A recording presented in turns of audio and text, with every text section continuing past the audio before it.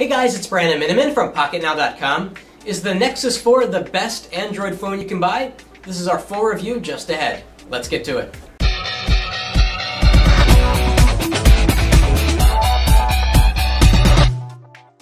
The first thing you'll notice about the Nexus 4 is that it looks a bit like its predecessor, the Galaxy Nexus.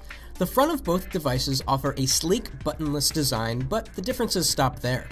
On the back of the Nexus 4 is a smooth piece of glass that has a brilliant light-catching pattern to it. While beautiful, the choice to put glass on the back of the Nexus 4 comes at a cost. It's slippery in hand, in the pocket, and even when placed on a smooth table. This matters because the Nexus 4 can slide out of a pocket or off of a table if you're not careful. You'll definitely want to use a case.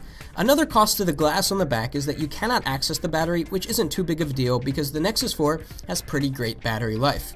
Finally, two pieces of glass on a phone means that you're twice as likely to crack glass if you drop the phone. Again, get a case if you're getting the Nexus 4. On the sides of the Nexus 4 is soft touch plastic.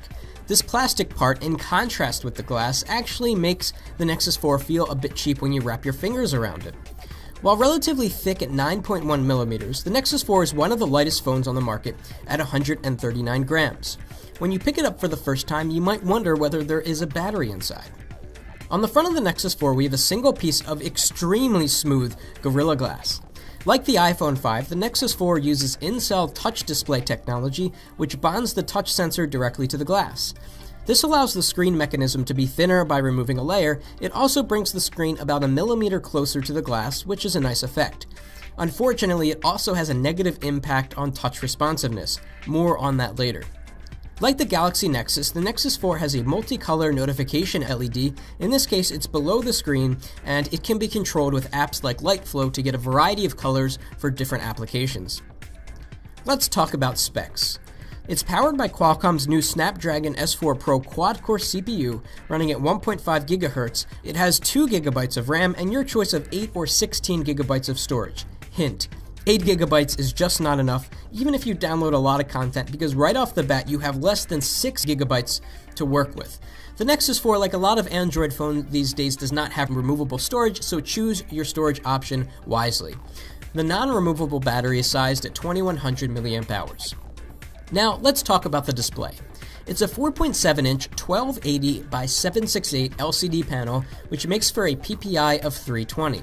Versus the Galaxy Nexus, you're getting an extra 48 horizontal pixels, which is always nice, so you can see a little bit more screen content. Up close, pixels are small enough to where you cannot see them, so text and icons look super sharp. The screen's color saturation and contrast is as good, if not better, than the One X. The viewing angles are also impressive, but the highly reflective screen makes it difficult to see the display off angles. LG's bonding of the touch mechanism with the glass made for problems with touch responsiveness.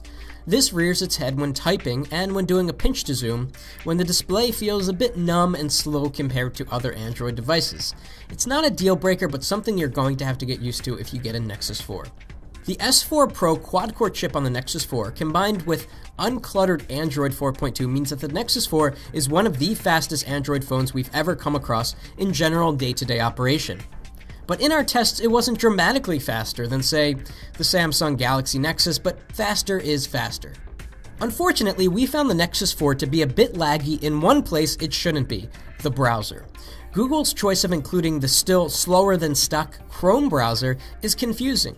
While Chrome has some neat features when compared to the stock Android browser, it's just not as fast, period.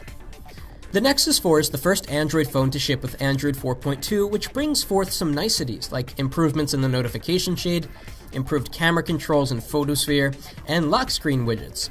Android 4.1 was already fantastic, and the upgrade to 4.2 just helps to round out Android even more. Now onto some test notes. The Galaxy Nexus had a pretty terrible camera. How does the Nexus 4 do? Well, you be the judge by looking at these sample images. To our eyes, the Nexus 4 seems to have a problem with color saturation. It's definitely better than the Galaxy Nexus, but it's no Galaxy S3.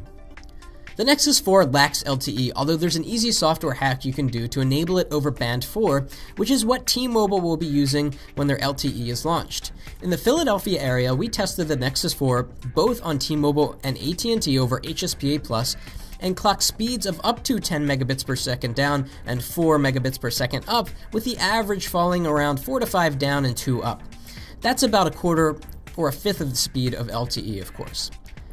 Battery life is above average. With heavy use, you can get through a day and a long night.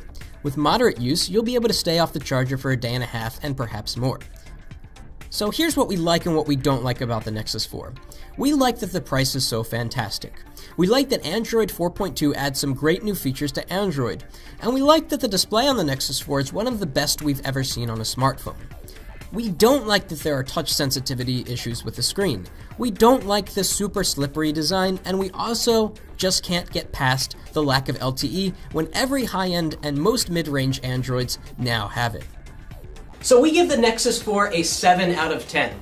It lost some points because of issues with the touch sensitivity of the screen, with the camera not being so great, the lack of LTE, and some other things. The Nexus 4 is a great phone, but it is not the best Android phone in our opinion. We'll have a full review on PocketNow.com shortly, where you can read more about benchmarks, day-to-day performance, camera samples, and more. In the meantime, thanks for watching, and give this video a thumbs up if you enjoyed it. That's it for now.